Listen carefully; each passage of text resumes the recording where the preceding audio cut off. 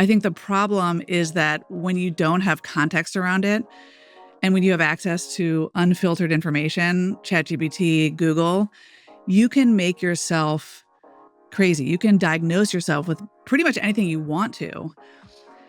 It's interesting, if you look at studies of how ChatGPT compares to actual doctors, there's studies to show that ChatGPT actually does better than doctors.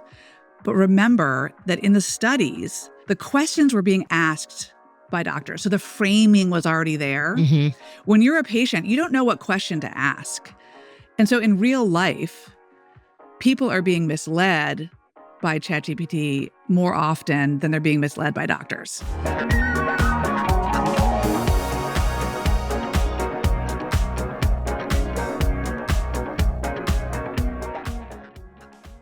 The views and opinions expressed on unPAUSED are those of the talent and guests alone and are provided for informational and entertainment purposes only. No part of this podcast or any related materials are intended to be a substitute for professional medical advice, diagnosis, or treatment. My guest today is someone I've been wanting to sit down with for a long time.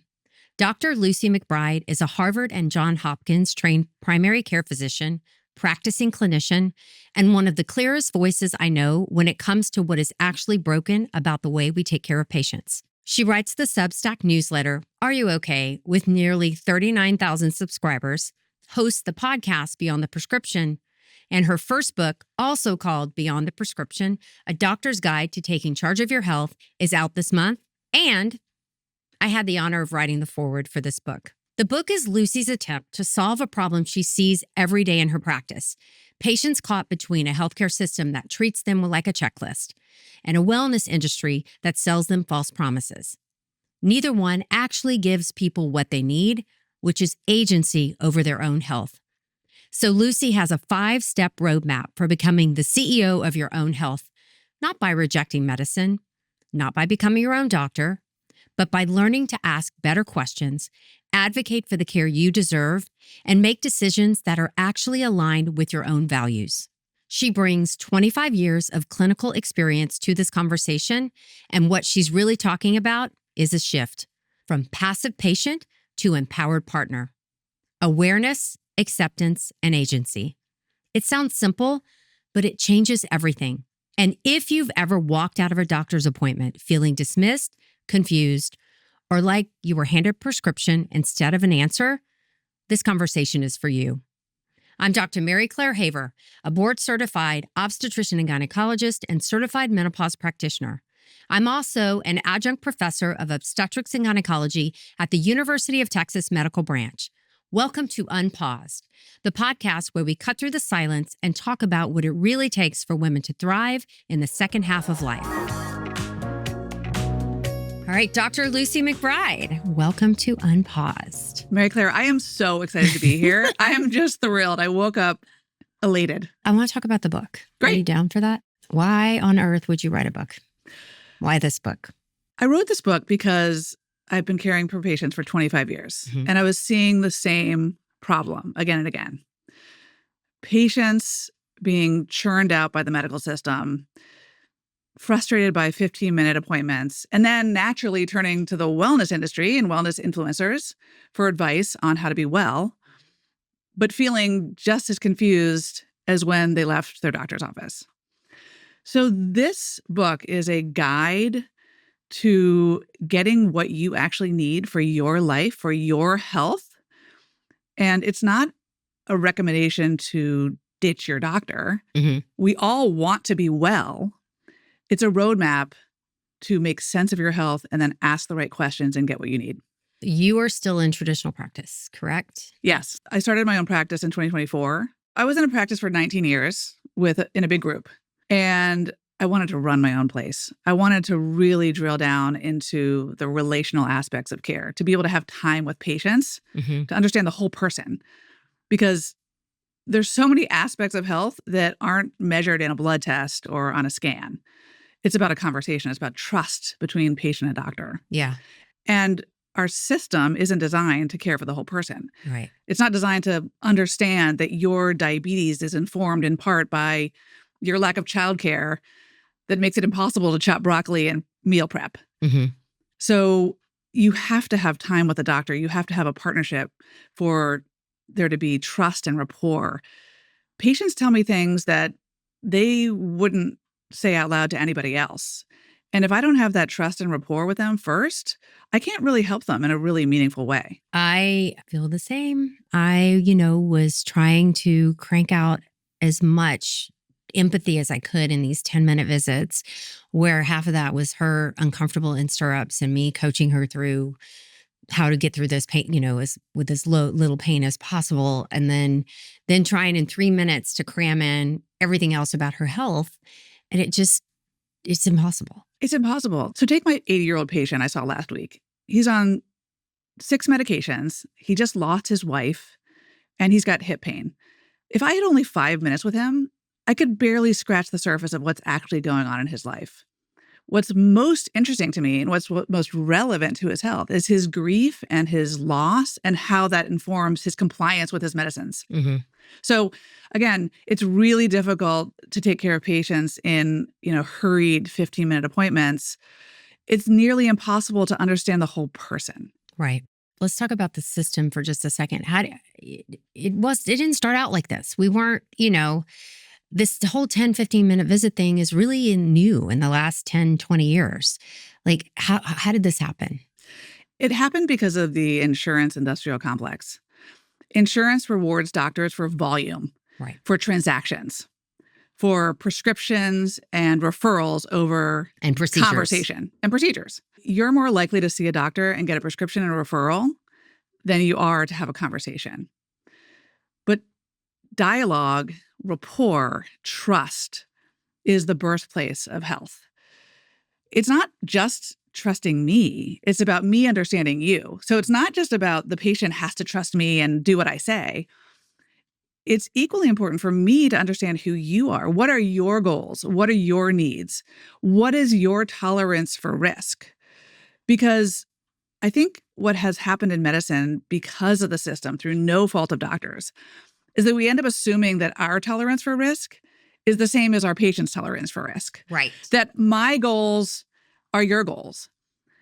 But take a patient who is facing the decision to pursue further chemotherapy for her cancer or prioritize quality of life.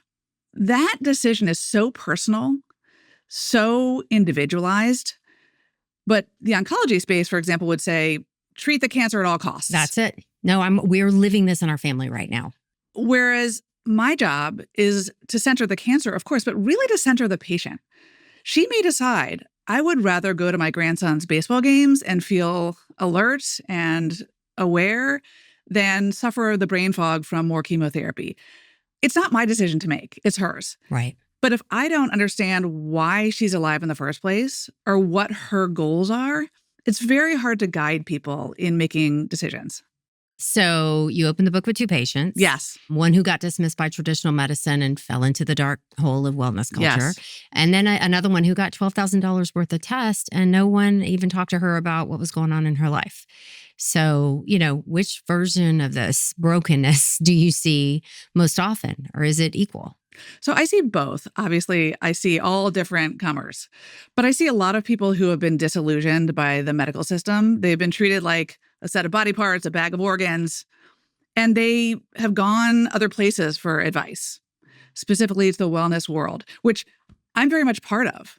I mean, I want my patients to be well. If I don't want you to be well, there's something wrong with me as a doctor. I also see people who have been given a lot of tests and a lot of scans, but never been asked what's going on in your life. So the patient I opened the book with is someone who had abdominal pain, didn't have a primary care doctor, went to the ER, got $12,000 worth of tests, and no one has ever asked her, what's going on?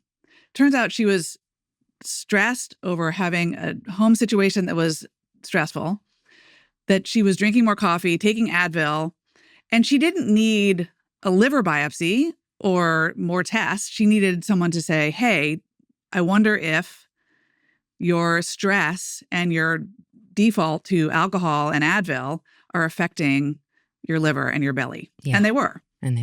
So when you have someone who comes in and says, I've given up on traditional medicine, what do you say? I start with empathy. I say, I get it. I've been a patient. I have been treated like a set of organs, a set of diagnosis codes. In fact, I went to medical school to become the doctor that I never had. Mm-hmm. I also get curious. What happened? Tell me the story. Yeah. The amount of dismissal and over medicalization is really astonishing. And again, it's not doctors' fault. If you're a doctor and you have 5 minutes, it's very difficult to understand the nuances of a patient's life and how their stress affects their relationship with food. It's very difficult. So again, first thing is I understand. Let me understand why you feel disillusioned, and let's meet you where you are. And let me tell you how I work and tell me how you feel about being cared for. You wrote that knowing your numbers, which I think is important, is not the same as understanding your health. I say something similar about, hormone therapy. You could have a normal estradiol level and still feel terrible. Like not everything is menopause. But what are we both kind of pointing at here? What I'm talking about is that you can have two patients with the same high cholesterol level, and one of them got there because she's going through a divorce and is binge eating. Mm-hmm. And so she doesn't need Lipitor, she needs a divorce lawyer. You could have the same person with the same cholesterol levels who's exercising every day and eating a high protein, low cholesterol diet and just has a genetic predisposition to high cholesterol. That person may need cholesterol medication. Mm-hmm. So the numbers don't tell the whole story. The numbers are the starting point, not the end point. Right. This is going to sound very familiar to patients who are listening. In the book, you mentioned that doctors interrupt patients within 11 seconds of them starting to speak. 11 seconds, you get interrupted. Is this fixable? Is this a fixable behavior problem, or is it a systems design problem? I think it's a systems design problem. Yeah. Most of us in medicine, I'm assuming you're the same way, Mary Claire, went into medicine to care for human beings. Yeah, totally. So I don't think that a doctor who's interrupting a patient wants to be interrupting. They just know they have 3 other people in the waiting room, a whole inbox full of messages, and they're just trying to get through the day. So we can talk about this later in the show, but we need a whole scale reinvention of the healthcare system to allow patients to be heard. 11 seconds. Amazing. One of the good and bad things about modern medical care is, our patients are having access through, MyChart and these companies to their portals that give them access to their labs and results, often with no context. So sometimes getting cancer diagnoses or, incidentalomas found on imaging. You wrote about a patient whose brain MRI results popped up showing nonspecific white matter changes. She Googles it, as per any human would do at this point, or now go to Claude or AI, and was convinced herself she had multiple sclerosis. And then her headaches got worse from the anxiety. And the actual cause in this patient was workplace harassment. Should we be giving patients access to this data? I mean, how dangerous could that be?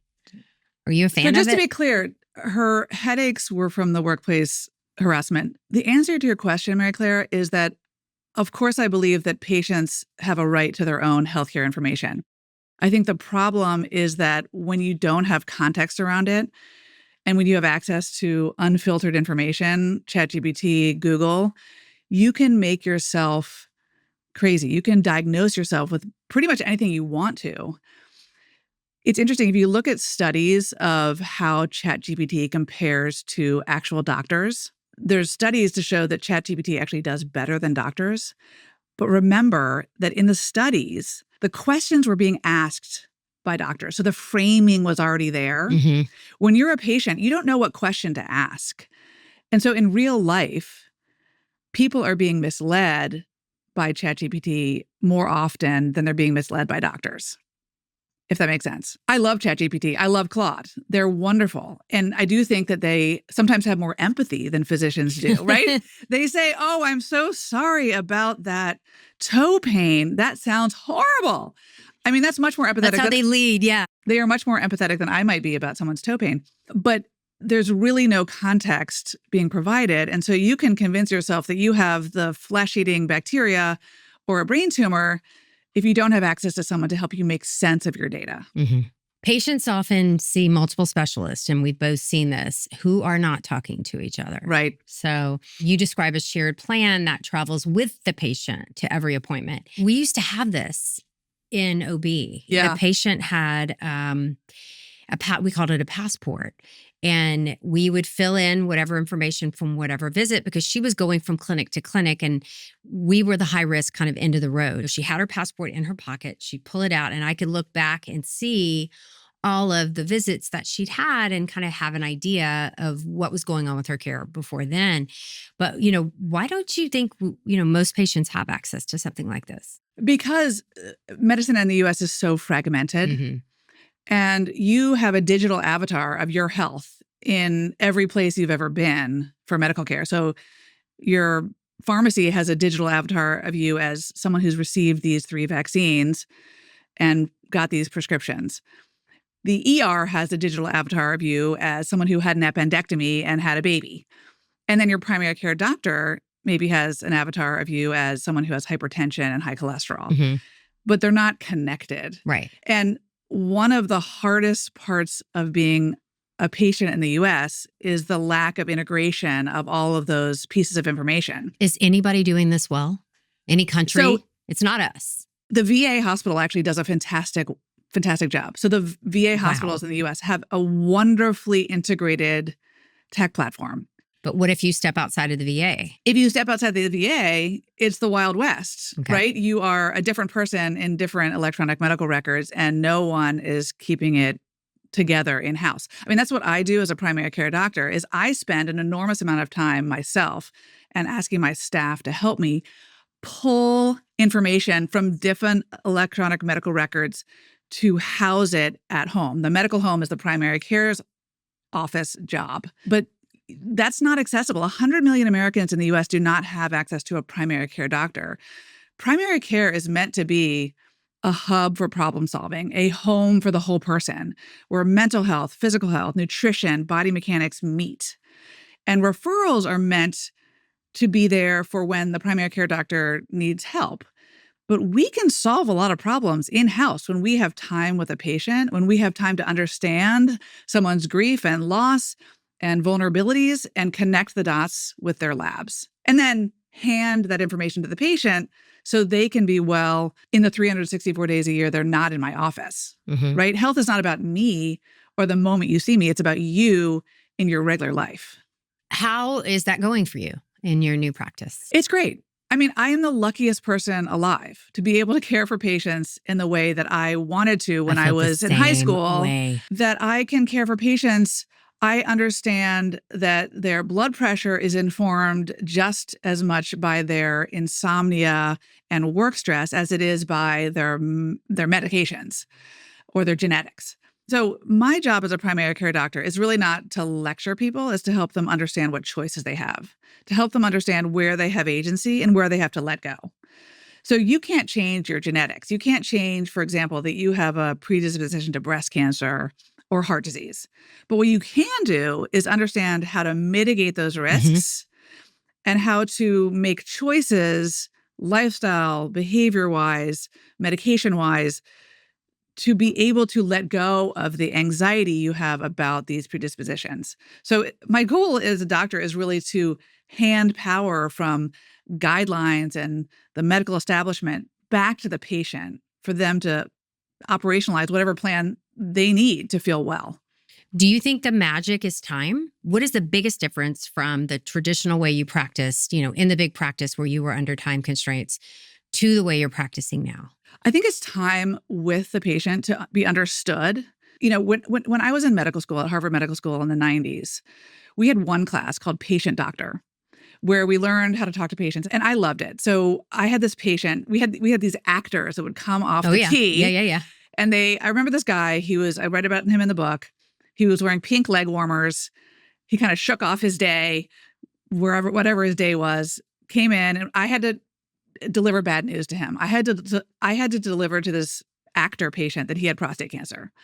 And I thought this was the coolest thing ever, that I had 5 minutes to establish rapport and to help him trust me and then deliver hard news. So I think that we don't get enough education in medicine, at least I didn't, on how to relate to other people.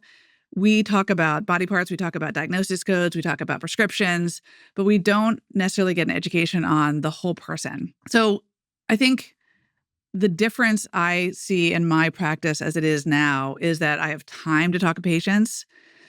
Time is a requirement for developing rapport and trust.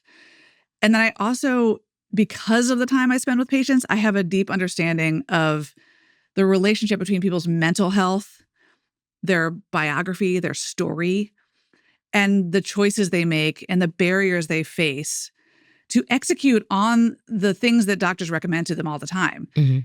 Eat more protein, eat less sugar, exercise every day. Those are wonderful recommendations. I recommend those all the time. You do too. Those are essential. Everybody knows, most people know that exercise is good for you and that strength work matters and that protein is king. Underutilized. Yeah. The challenge I see isn't so much that people don't know that, although there's plenty of people who don't know that. It's that they don't know how to operationalize a plan around it. They have a barrier to entry on the recommendations. So they are feeling ashamed and less than because they can't get protein with every meal. They can't wear the weighted vest. I love the weighted vest. It's wonderful. But if I have a patient who has chronic shoulder pain and depression, my job is to help her fix those things first before we can actually get her in that weighted vest and on the treadmill. Here's something I think a lot of us get wrong. When our skin starts looking dry, dull, or just a little tired, we immediately think we need more products, more steps, more things to add to the shelf. But most of the time, we don't need more. We need better ingredients. That's one of the reasons Primally Pure caught my attention. They're a female-founded brand focused on supporting your skin with thoughtfully sourced, nourishing ingredients instead of harsh chemicals that can disrupt your skin barrier. And like so many of you, my routine needs to fit into real life. Between seeing patients, recording the podcast, and everything else that fills my day, I want skincare that feels simple and intentional. Primally Pure's Plumping Collection is exactly the kind of routine I'm interested in incorporating.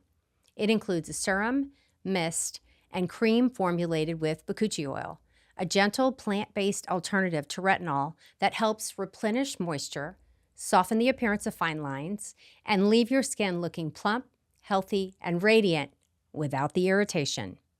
Because healthy skin isn't about doing more. It's about giving your skin what it actually needs. Use code unPAUSED to get 15% off your Primally Pure purchase. That's www.primalllypure.com and use code unPAUSED at checkout for 15% off your order. You know what I've stopped doing? Saving the good jewelry for special occasions. Life is the occasion. I want jewelry that works as hard as I do. I don't want to think about taking it off before a workout, a hike, or jumping in the shower. I want to put it on and forget about it. That's why I've been wearing Jenny Bird. Whether you're someone who lives in a pair of statement hoops, loves stacking bracelets, or just wants one everyday piece you never have to think about, Jenny Bird has those go-to pieces that instantly pull a look together. And every single time someone asks, "Where did you get your jewelry?" That's when you know it's good. The quality is incredible. It has that elevated luxury feel without the luxury price tag. And they're the kinds of pieces you'll reach for again and again. If you're looking for something a little more special, their new Fine collection has beautiful, modern diamond designs that are meant to be worn, not saved for someday. Because the best jewelry isn't the kind you keep in a box waiting for the perfect moment. It's the jewelry you love so much you never want to take it off. You can get 10% off your first order with Jenny Bird by visiting jenny-bird.com and using code HELLOJB at checkout. This podcast is sponsored by Medi Health. You've heard me talk about my menopause toolkit. It consists of nutrition, exercise, hormone therapy, and other medications, stress reduction, sleep quality, and community connection. When you put those pieces together, they don't just ease symptoms, they support your long-term health. That's why I recommend Medi Health. They put your toolkit to work for you. MIDI is a virtual clinic built by leaders in women's health with clinicians who understand the science of female aging and who take the time to understand you. Through one-on-one visits, they listen to your symptoms, your goals, and your concerns, then create a personalized care plan tailored specifically to you. And best of all, MIDI is covered by most major insurance plans, making expert, high-quality care accessible and affordable for every woman. All of which is why MIDI should be part of every woman's menopause toolkit. Book your virtual visit today at joinmidi.com. That's joinmidi.com. You write that when the healers are sicker than the patients they are supposed to treat, the system is not just broken, it's actively harmful to everyone it touches. We see a lot about, there's a difference between burnout and moral injury. Can you talk about the differences? So I have been burned out in my life. I'm guessing you have too. Totally. I had my first child when I was an intern at Johns Hopkins Hospital. And I didn't know what burnout was until later. And that was it. Yeah. Where I was burning the candle at both ends. And I wasn't as good of a doctor because if I'm not caring for myself, it's very hard to take care of other people. Mm-hmm. So burnout is, part of the problem in Exhaustion. medicine. It's imperative that physicians apply the same level of self-awareness and self-care that we recommend to our patients. Mm-hmm. We are not good at that as a general rule. Doctors are not generally very good at taking their own advice. At least I have not been historically. Moral injury, I think of as the inability, because of a systems problem, to take care of patients in the way that you want to, that you need to for your core values.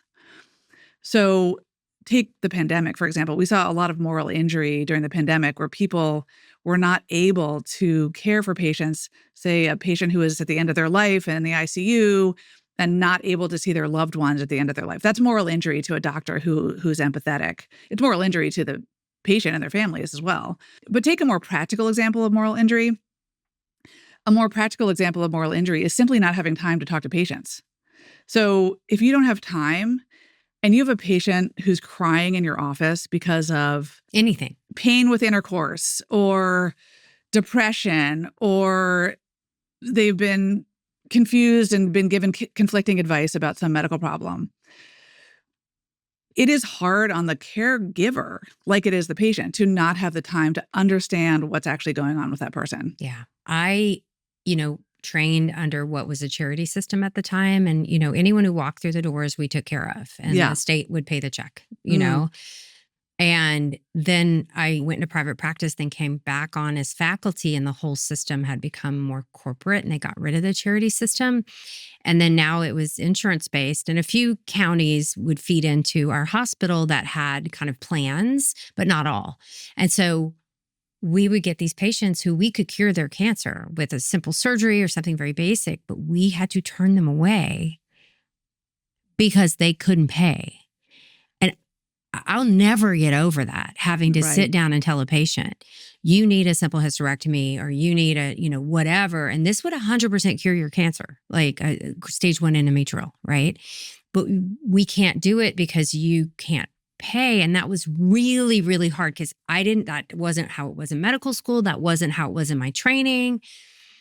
And then to turn around as like the boss in charge and have to look someone in the eye and say, you're too poor for me to save your life, was one of the hardest things I've ever had to do.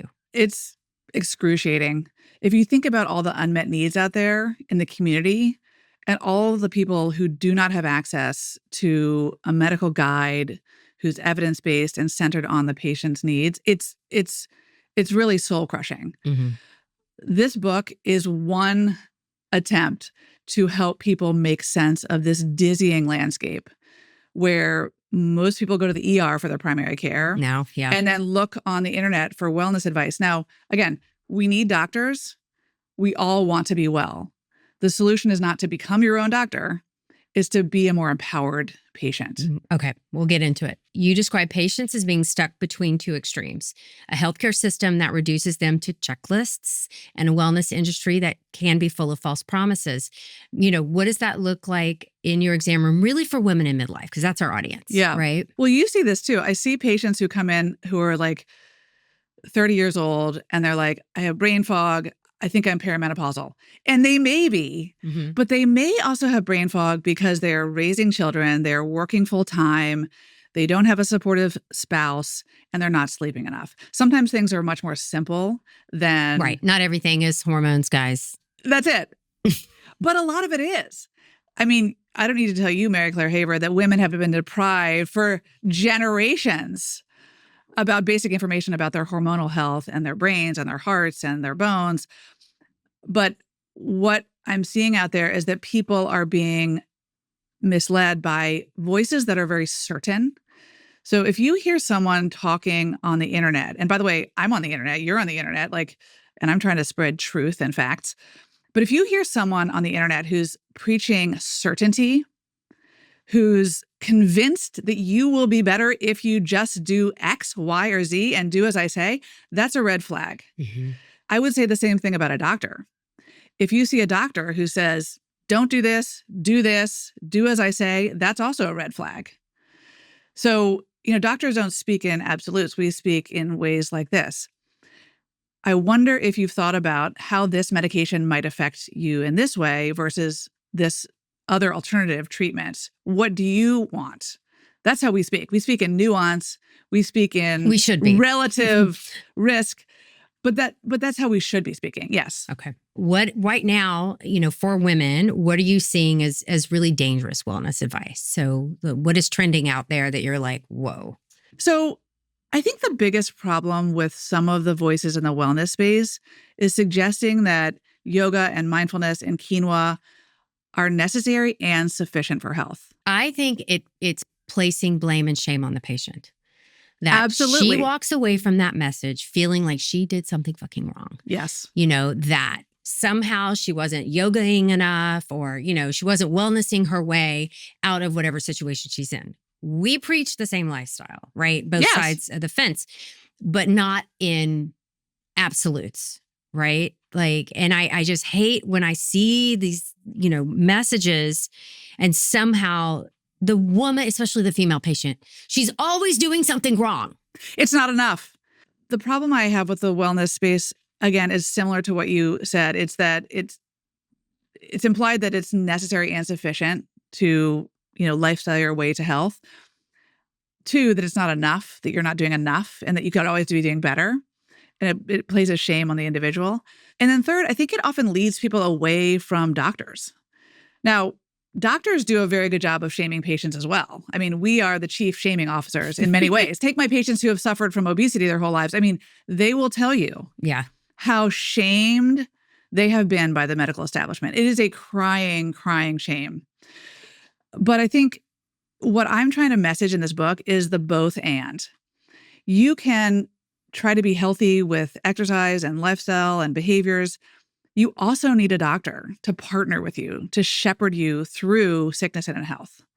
Let's talk about supplements. Yeah. We, of course, in the medical history, ask about all supplements that patients are taking in our clinic, and I'm sure you do. What are you seeing in the supplement world? That scares you? I think the reason the supplement industry scares me is because I think people often think of it as a substitute for medical care. So it drives people away from medicine.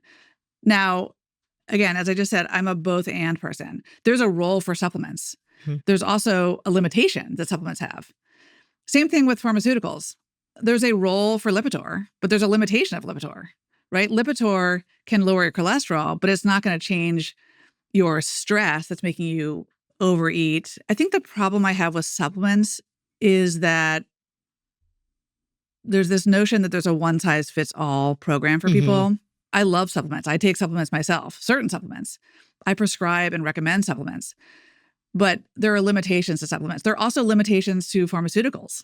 So the question isn't, do you maybe need a supplement or do you need a prescription medication? It's, what is your goal and what are the limitations of these things you're taking for the health issues that you have?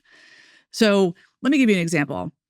I have patients come in all the time and they say that I'm taking ashwagandha for my sleep. I'm taking magnesium for my constipation.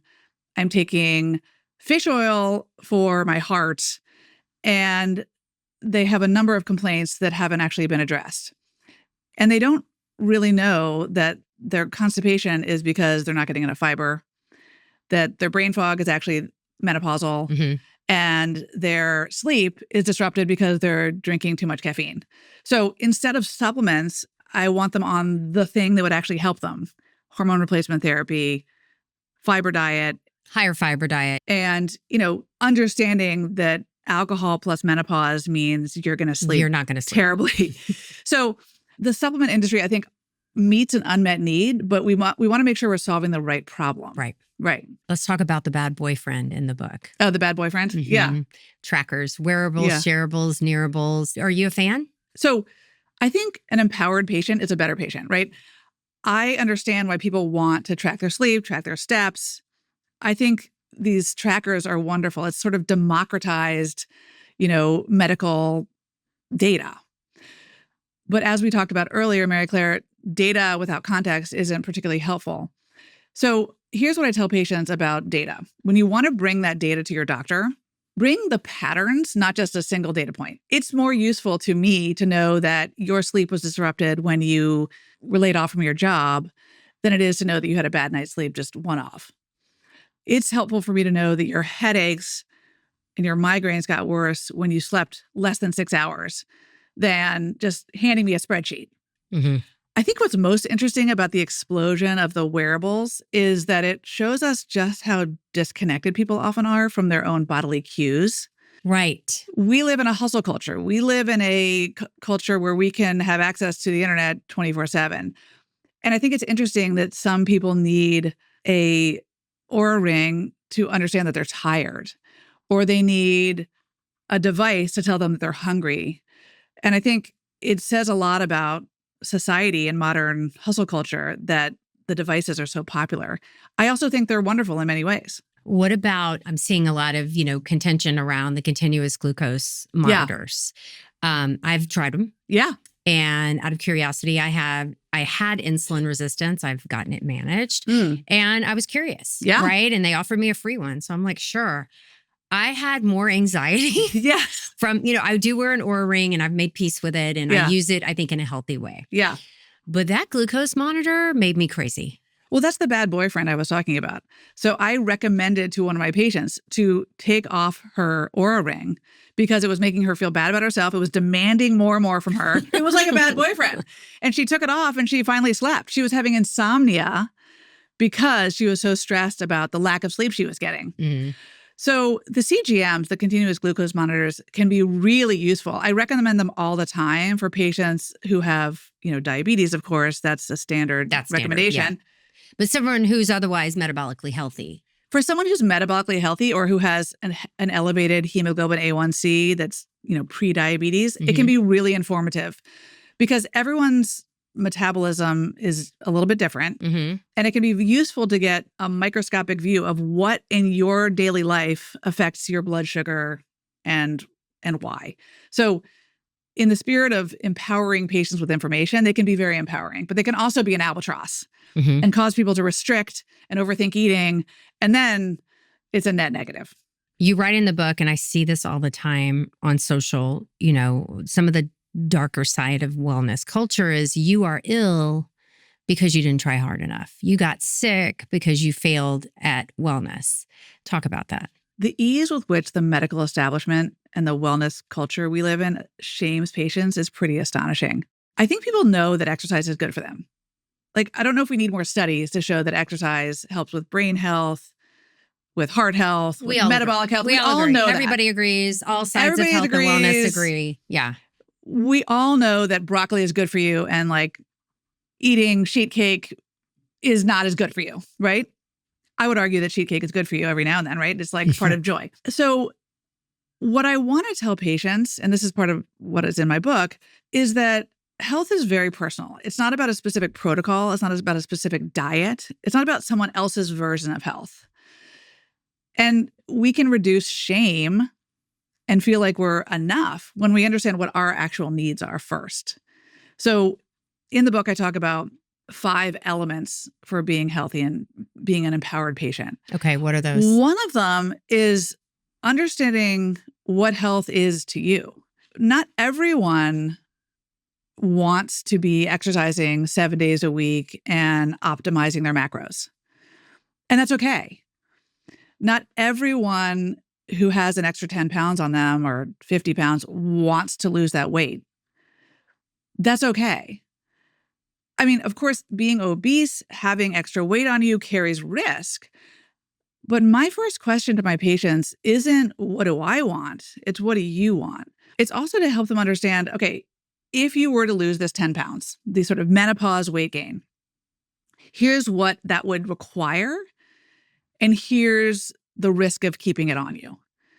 And then helping them make decisions that work for their life. But all of society is telling them those 10 pounds are bad.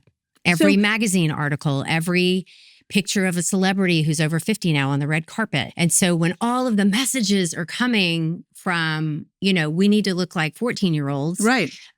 How do you counsel your patients about that? I really want patients to give themselves permission to understand what health looks like for them. For some people, that's feeling comfortable in their own body. So for other people, it's not living in pain. For some people, it's not being depressed. For some people, it's being a certain body size, and that's okay too. But the biggest question you can ask yourself as a human being, in my opinion, is, what does health look like to me? What is that defined by?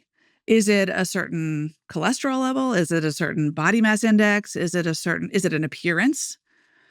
Or is it a sense of agency, a sense of purpose, a sense of having access to guides when I run into problems?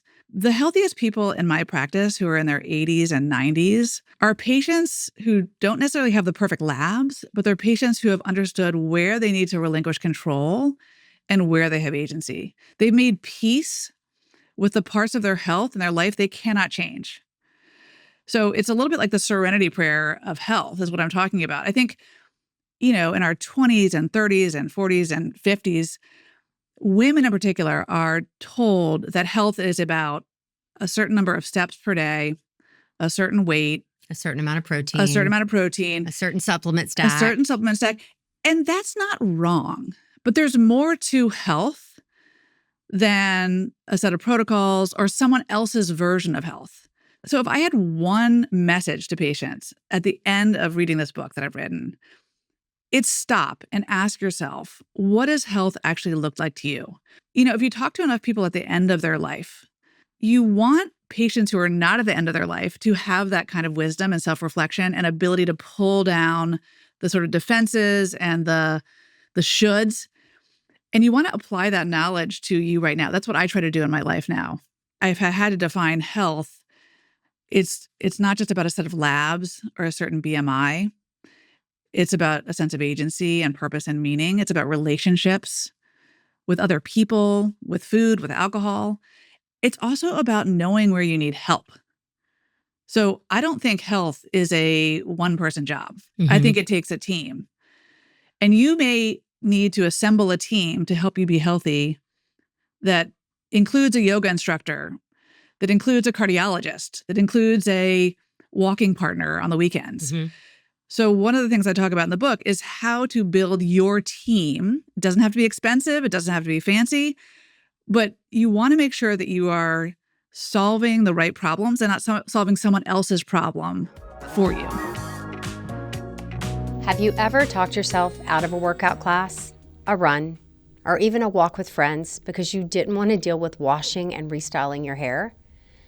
It sounds ridiculous until you realize how much time and energy women spend trying to maintain everything. Sometimes it's not the workout you're avoiding, it's the whole production that comes after. That's exactly why K18 Hair Wash Dry Shampoo caught my attention.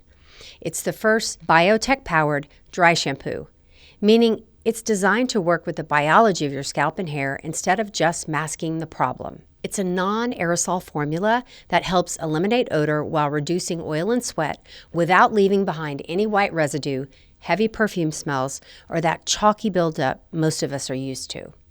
And in the summer, this is where it really stands out. Their patented odor bind technology and mineral microbeads leave your hair and scalp feeling genuinely refreshed for up to 3 days, leaving your hair feeling soft, light, and touchable, not like it's carrying around layers of product. And honestly, that's the real win for me when it comes to my hair. It just makes everything easier. Fewer decisions, fewer trade-offs, and one less thing you have to think about before you head out the door. Shop at Sephora or get 10% off your first purchase at k18hair.com with code unpaused.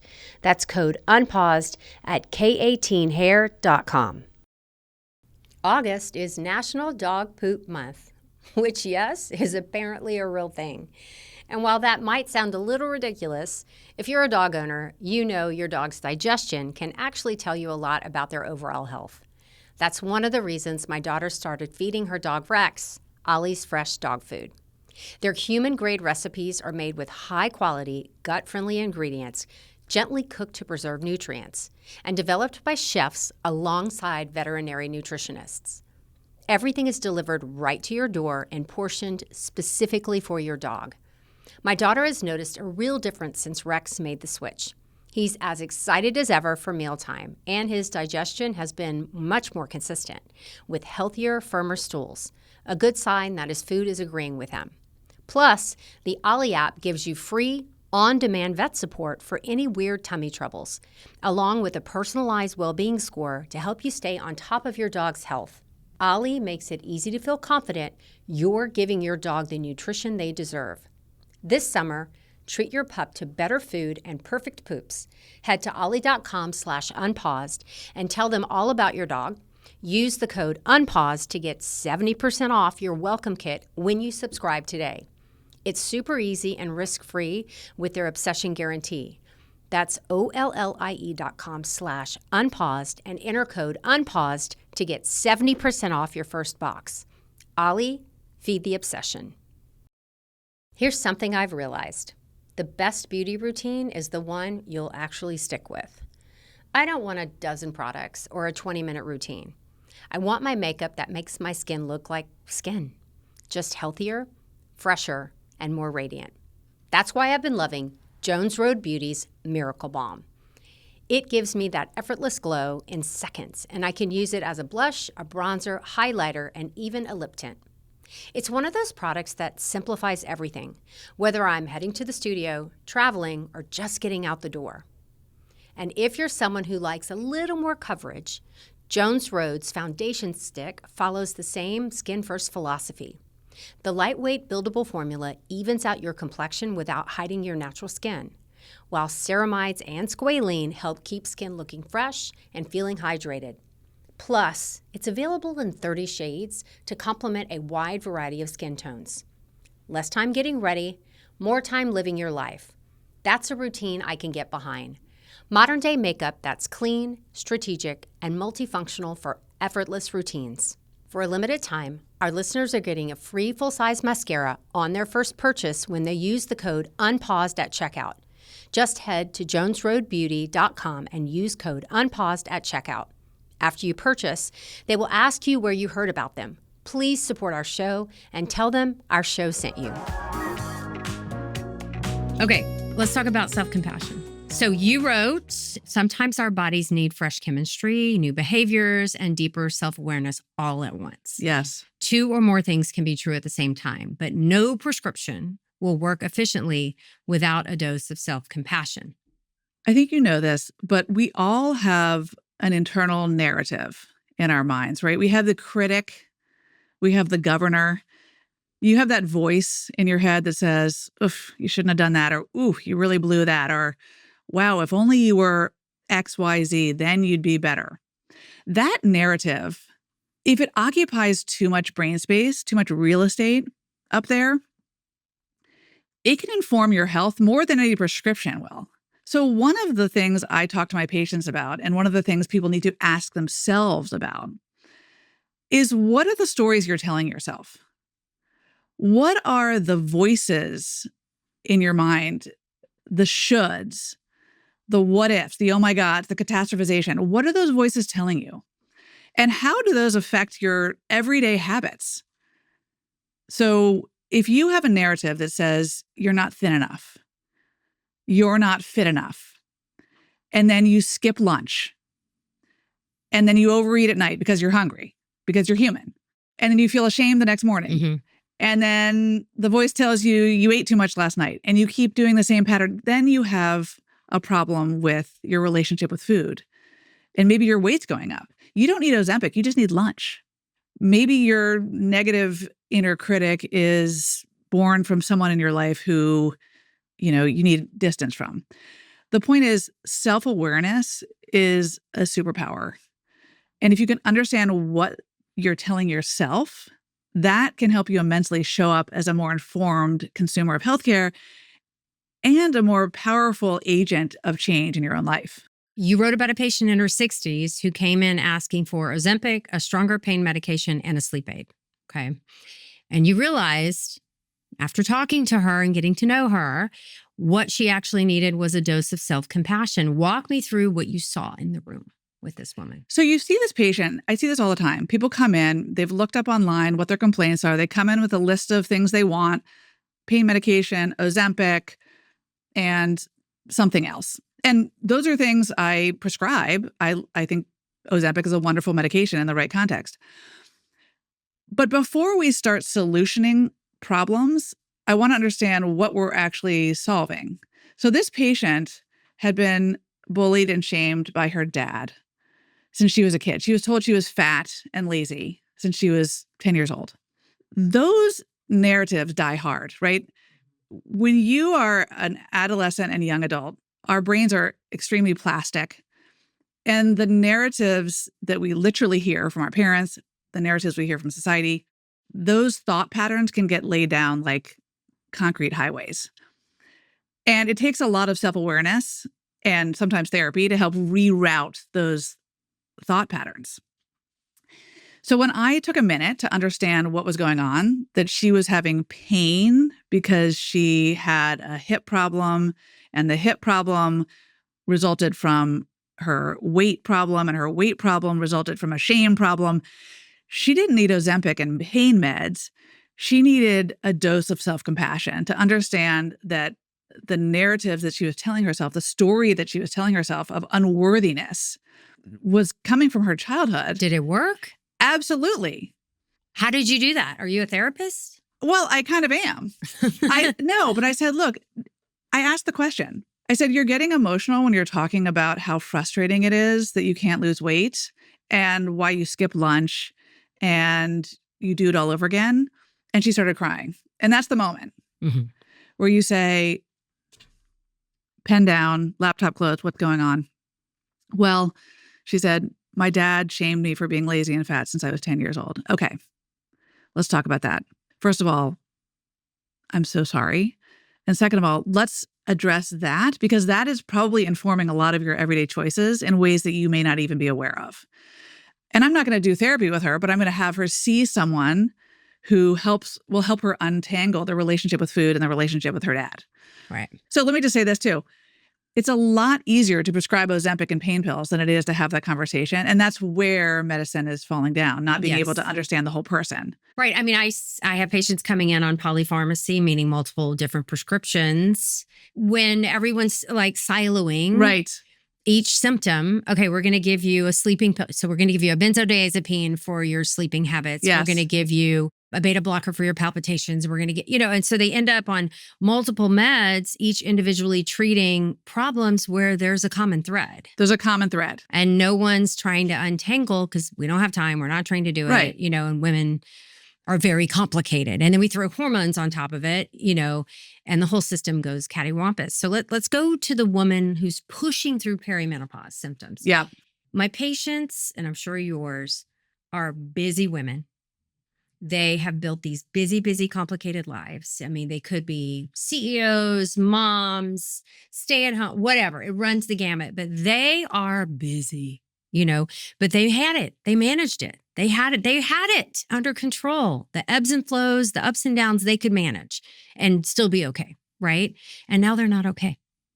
They're running on fumes. Cortisol's going crazy, hormonal chaos in the background. How do you counsel them? So first, I want people to understand that they are more normal than they think. That it's God's cruel joke that we put people through perimenopause when you're raising children, you're caring for elderly patients, and you're at that career moment where you're, maybe not the top, but you're almost there and you're hustling. So I want people to understand that they're not crazy, that they're human. And then secondly, I want people to understand that there is help for menopausal symptoms. 10 years ago, we would prescribe antidepressants for the depression. I was 100% guilty of polypharmacy. Yeah. I just wanted to help the patients, Right. and here are the tools I have. And so I'll give you 6 different things to treat each, and no one had taught me, and I didn't understand the common thread of menopause. The at root time. cause, right? There's almost nothing more satisfying than having the phone call I did last week with a patient who I put on a estrogen patch about a month ago. She's 45. She has an IUD for the progesterone element of hormone replacement therapy. I put her on an estrogen patch for all the symptoms of perimenopause that other doctors had told her was just stress. Her boss, who's a woman, said, "You're just working too much. You need to, take a day off." And she calls me and she's like, "I can't believe how much better I feel." And I said, "Describe." And she said, "The best way I can describe it is I feel like myself." And I said, "That is what we want. We want you to be you." She was sleeping better. She was not having hot flashes. She wasn't having that irritability that comes from your hormones being yanked around. And in the old days, even 10 years ago, and I did this too, you would have prescribed, an antidepressant, a sleep aid, and sort of patted people on the back and said, use a fan at night and put your foot out of the covers so you don't get so hot. One leg. Yeah. One leg. But we now know so much more. And so it's great to be able to empower people with basic information. So to the woman who says, "I feel crazy during perimenopause," I would say, welcome to the club, and you're more normal than you think. Yeah. You feeling crazy is a predictable biological consequence of being in perimenopause. Yes. But we can help you. The funniest story, I was early in my menopause clinic, which, I built like Field of Dreams. I don't know if anybody will come see me, and I'm just going to try this and see what happens. And I had a patient, young, very much perimenopausal. She came in, we started her on hormone therapy. She comes back for her follow-up, and she's stomping down the hall furious. And I'm like, oh God, throws herself in the chair, sits down, and is like, "I feel great." And I'm like, okay, good, right? Why are you so upset? She says, "Because I was allowed to suffer for so long. No one should feel this way." Right. I'm like, what are we doing? Right. And it took social media for me to learn so much about this. Oh, yeah. We weren't talking about this in clinic. In traditional practice, we were just hustling to get from one patient to the other and run to the OR and do all the other, and then get to soccer practice and pick up my kid, make sure the nanny's got food going and whatever. And it was social media and listening to thousands and thousands of voices to realize, one, how much women are being gaslit Absolutely. by a system. Yep. Why do you think that's happening? Because doctors don't have time, and because we weren't trained. I was at Harvard Medical School in the 90s and early 2000s, and I learned very little about menopause. In fact, I don't think I learned anything. And I was at LSU, very much a state school, super proud of it. We're learning the same thing. We didn't learn anything about it. We didn't learn much about nutrition. We didn't learn about mental health. I mean, my mental health education was going to a psych hospital where people were talking to the walls. Schizophrenia. Right. When, guess what? We all have mental health. It's part of the human experience. It's ground zero for health. So the point is that we weren't taught these things. And like you, I had to learn about menopause from people like you, from my friends Rachel Rubin and Sharon Malone, and, reading and studying and understanding the nuances and continuing my education on it. Right. Because things change, things evolve. And I think the best thing a doctor can do is to say, I have new information, and my opinions and views and guidance have changed over time, to have the humility to acknowledge that we have been part of the problem. How do you guide someone back who was dismissed, was gaslit, turned to alternative sources, was not served there? Yeah. How do you bring her back to evidence-based without making her feel bad or shame that she just was looking for help? To that person who's been gaslit or dismissed by the medical system, I say, I am so sorry. I understand that. And we have been complicit in shaming and blaming the patient. The system wasn't built for the whole person in mind.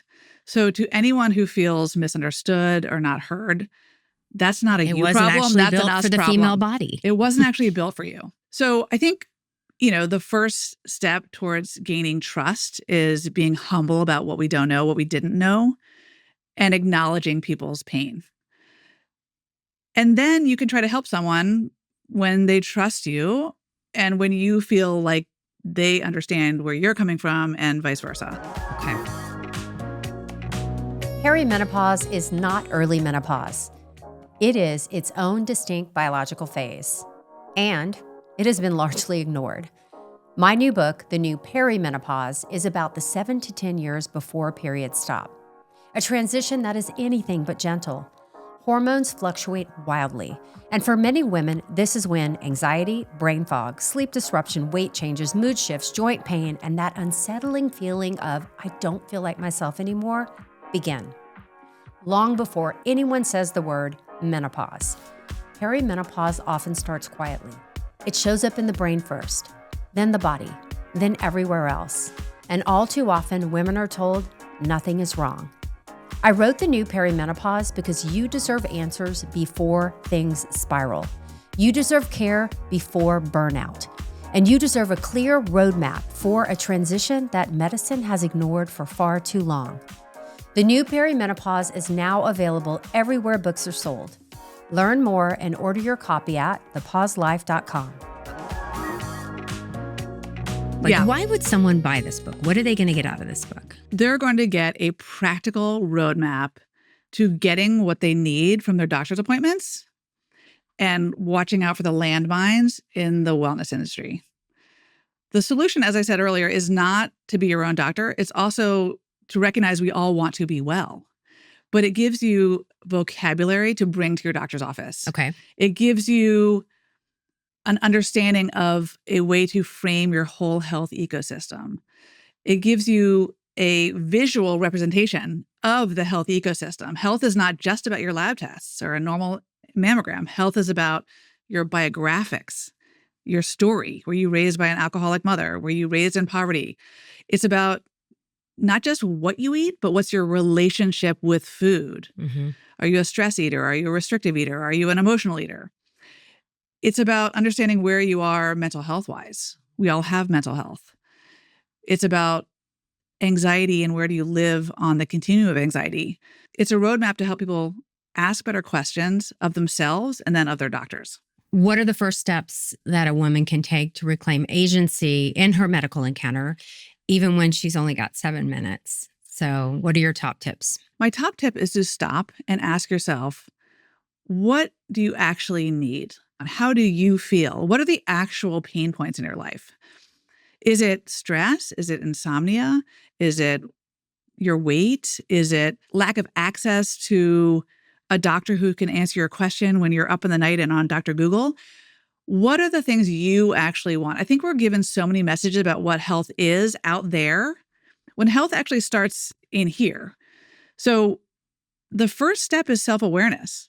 Okay. What do you say to the woman who can't afford, insurance is her only option? Yep. Will these guidelines work for her as well? This book is my attempt to reach people who don't have access to a doctor who has time, which is most people. Right. Again, not through doctor's fault. The system is not designed to take time with people.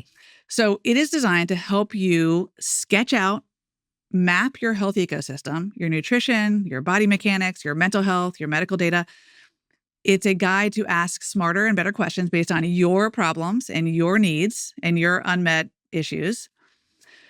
And it's a way to help you prioritize yourself and not someone else's version of health. You want every patient to become CEO of their own health. I love that. What does that look like practically day to day for a woman in her 40s or 50 who's managing her symptoms, her family, and a 12-minute appointment once a year? Right. Let me first say that not everyone does want to be the CEO of their health. If you look at one of the chapters that I put in the book, it's about the patient personality. Mm-hmm. So one of the ways to have agency of your health is to identify what kind of patient you are. So in the spirit of self-awareness, understand, are you the person who brings reams and reams of printouts from Google to your doctor's appointment? Or are you someone who just wants a prescription and you don't want to understand the why? That's self-awareness, that's self-empowerment. And not everyone wants to be the CEO of their health. Some people just want, tell me what to do and tell me where to go get it. And other people are skeptical. They got the one eyebrow raised and they're like, I know you recommend that medication or habit, but why? So not everyone wants to be the CEO of their health. I think like some people do, but I think the point is to be able to be an empowered advocate for the needs that you have, which sometimes means asking where to get help. Okay. You've got your appointment. You want to show up at your doctor's office prepared. Yes. What do you recommend? First thing is know what questions you want answered. Like what drop dead things do you need to know before you leave? And communicate to the doctor that. Say, here are the 3 things I don't want to leave without having answered. Number 2 is make sure that you've mapped out your health ecosystem. Kind of prepackage yourself before you show up to the... How do I map out that So that's what the book is about. Okay. The book is basically a guide to map your health ecosystem to help you understand the different components of your health. It's not just your labs, it's your story, it's your body mechanics, it's about pain, past injuries. Do you hand this to a doctor? No, you do this before you go to the doctor. So this book is basically prepping you to be a patient. So if you go on my website, beyondtheprescription.com, you can get the downloadable map of your health ecosystem, and you can write out, based on the instructions in the book, the different elements of your health. What's powerful is the downloading of information that you have inside you already. And then seeing how you can connect the dots between your childhood trauma and your relationship with food and your cholesterol. The interesting thing about the health ecosystem isn't just the components. It's about the relationship between your anxiety and your sleep and your protein and your blood pressure. So if you can do the homework and you're a prepackaged patient by mapping your health ecosystem, you are then going to squeeze more juice out of that 15-minute appointment with your doctor. What do you think about patients ordering their own labs? I think it's a terrible idea. I mean, we're not In-N-Out Burger. It's not that I'm saying I'm better than In-N-Out Burger. I'm not morally superior to In-N-Out Burger. I'm just saying that like I do have some training. You've had some training. You know a few things about how to apply medical knowledge to the data in front of you and the person in front of you. So I think that if you look at the landscape out there, basically we're moving to a place where we're asking people to be their own doctor. Download your labs into this chatbot, operationalize a plan, and here's the protocol, print it out, put it on your fridge, and do that. And what that does, it deprives people of agency because it doesn't help them connect the dots between their everyday experience, the limitations in their lives, their fears, their vulnerabilities, their problems they're embarrassed to say out loud. It just assumes a certain risk and risk tolerance. It assumes a certain set of goals. And there's no human element there, which is really essential for providing care and for receiving it. Do you think we'll ever get there, that they'll train the algorithm? So this is actually my fantasy. This book is not an ego project. This book is actually my calling card to be part of the health reform movement. What is the health reform movement? What would perfect healthcare look like? I've lived overseas. I've seen the positive and negatives of socialized medicine. Yes. Right? Like in the UK, clinicians, physicians mostly, practice in a very narrow set of protocols. Right. And if they step outside of the protocol, as that was put together by a very small group of people sitting in government type agencies, they could lose their license to practice. So I'm not recommending socialized medicine. This is the United States of America. I don't think that's ever happening. Okay. Even if it were a good idea, I don't think it's happening. What I think needs to happen is that we need to scale primary care and dispense it to communities all around the country. Let me say this.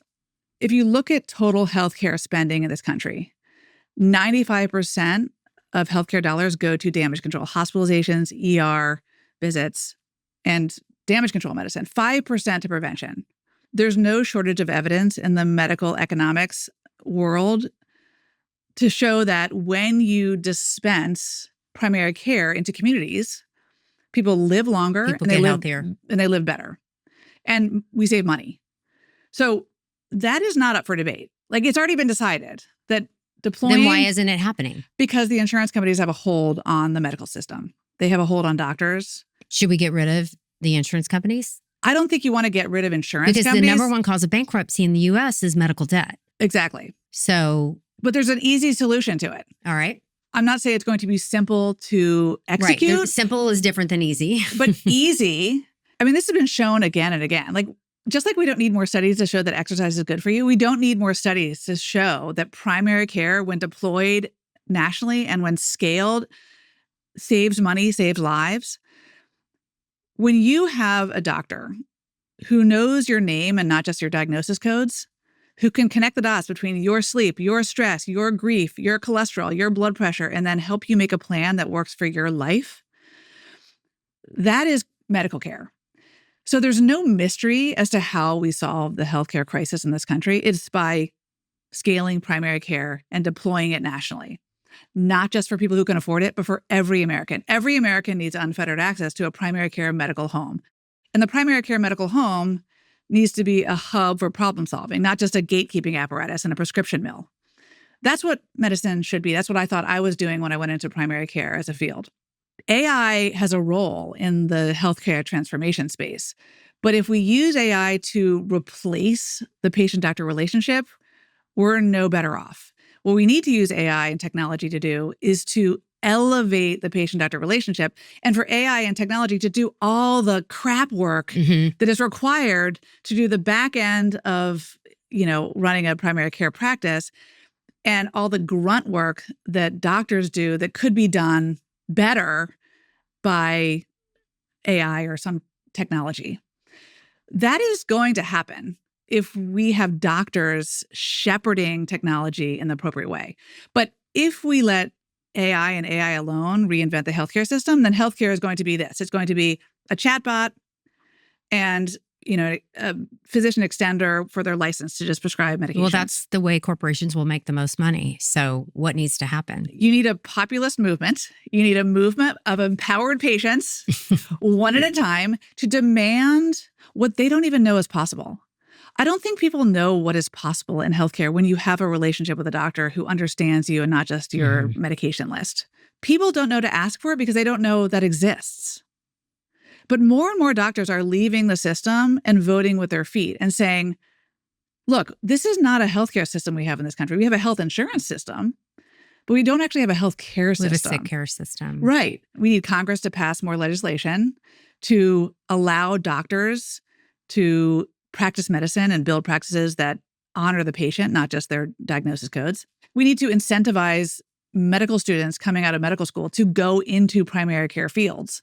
Why would you decide to choose a primary care field when you're graduating from medical school if you look out there and you're getting paid minimum wage to be a primary care doctor and see, they're terrified AI is going to take their job away. Well, and they also see the burnout and the moral injury in primary care fields and the low pay. So we need to incentivize financially medical school graduates to go into primary care fields. And we need to empower patients one at a time to demand the kind of care that is not just about a pill for every body part and a doctor for every complaint. You need a medical home. You need a primary care provider who knows you. Having a relationship with a patient is why any of us went into medicine. I mean, maybe not if you're a surgeon or an anesthesiologist. You wanted them anesthetized and, under it, right? But most of us went into medicine because we want to help people, not just write prescriptions. Right. So you wrote a piece on aging gracefully. Yes. That I keep coming back to. So you had a patient in her 80s told you she only needed 4 things. Yes. A doctor she could trust, a friends that she could lean on, a sense of humor, and a good hairdresser. Right. What did that teach you about what actually matters? I'm assuming this girl was thriving. This woman is thriving. And that's what I meant earlier when I said that my healthiest patients aren't the people who are necessarily optimizing in every way they can all the time, or they don't necessarily have the perfect set of labs. They are people who know themselves. They know where to let go and they know where to lean in. So this patient has a sense of humor and a sense of acceptance over the things she can't control. She's not trying to fix every wrinkle. She's not trying to optimize everything in her body. She's understanding that, health is not guaranteed. Mm-hmm. And she's going to center pleasure and joy and levity. And she's going to take care of herself by getting her hair done. I love it. What are the top 3 things that you want people to take away from the book? The 3 things I want people to come away with from this book are, number 1, feeling less alone and feeling less shame from the medical system. It's not a you problem. It's a systems problem. Mm-hmm. If you've ever felt dismissed or unseen by doctors.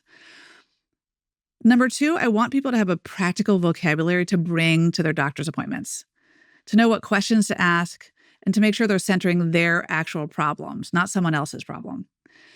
And then 3rd, I want people to be able to stop and pause and ask themselves what they need to be well.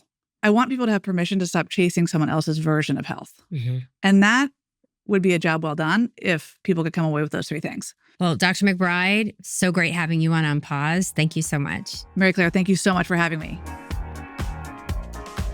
Dr. McBride's new book, Beyond the Prescription, is out August 11th and is available anywhere books are sold.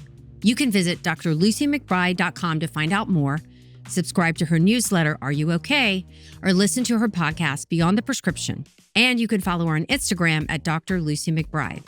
I'd love to hear from you about this topic and anything else that's on your mind.